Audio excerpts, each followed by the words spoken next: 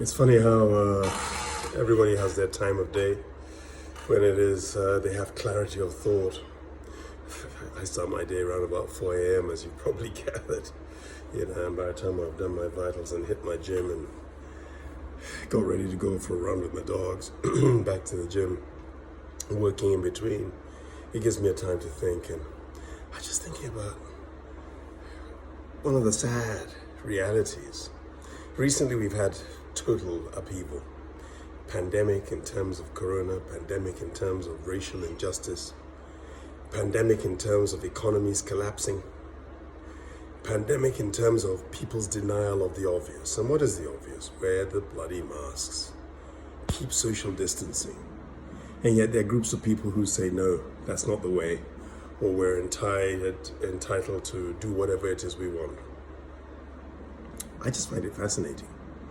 But when I pick each and everything, and I'm now talking here as a man of color, extremely curious and motivated by the Black Lives Matter movement and what has happened with George Floyd, and all the possible positivities that are going to come from it, because where societies are prepared to deal with the injustices and therefore go back to the beginning of the story, then it is that you find that things are going to change. Not to the extent that a lot of those who are extreme would like to have it happen, but certainly massive movements in a certain direction. And we're already beginning to see it.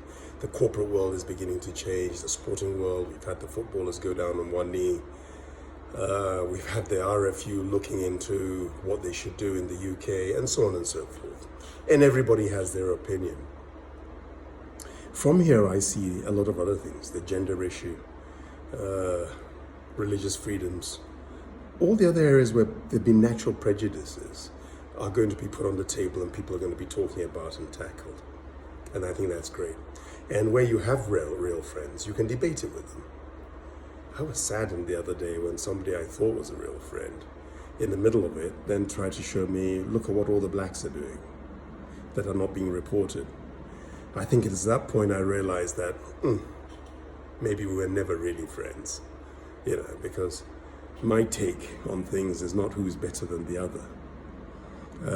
But let's get to a point where human beings can get on with one another, where there is no reason why we should have continued animosity, why we should have different factions of Islam killing one another, where we can have the Jews and the Palestinians and different forms of Christianity taking on one another, and what has happening with people with different backgrounds around the world and people who have the power to bring change, not bringing about change.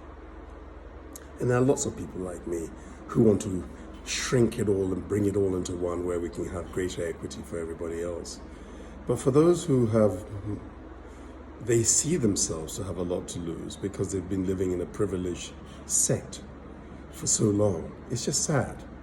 It's sad to see them as the tidal wave of demand for change should come along, that they should now sit on little perches and throw a little pebble back and say, but look at what happened there. Look what happened when a black person hit somebody and it wasn't reported properly, and all right now we're talking about. Whereas I've got a lot of friends who are Caucasian, who are standing up for a sense of injustice and trying to understand what they never understood. Some understanding that, look, even if I don't get it, I must have been privileged at some point not to have to go through that, not to have to be stopped because of the color of my skin, or questioned because of what or why, or institutionalized forms of prejudice that occur. Yes, they can relate to some cultures. They can relate to what happened post-Second World War, to Auschwitz and the Holocaust, and that's understandable. We all do.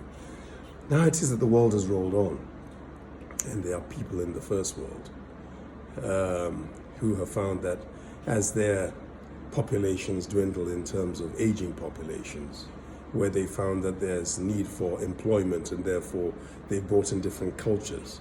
The cultural bubble mix is where people are now having to deal with, do we ask people who are now formerly European or American or whatever to go back to where they came 2 generations ago? Or do we adapt? We allow the building of mosques and Hindu temples and other things in our place. How do we merge the different cultures? It's a very difficult issue. It isn't easy. But for those who just say, it doesn't matter, this is where it starts now, we don't care about the past, then there's a problem. And I'm just sorry that a few of my friends, who I've considered to be friends, perhaps we're not quite as friendly as we thought we were.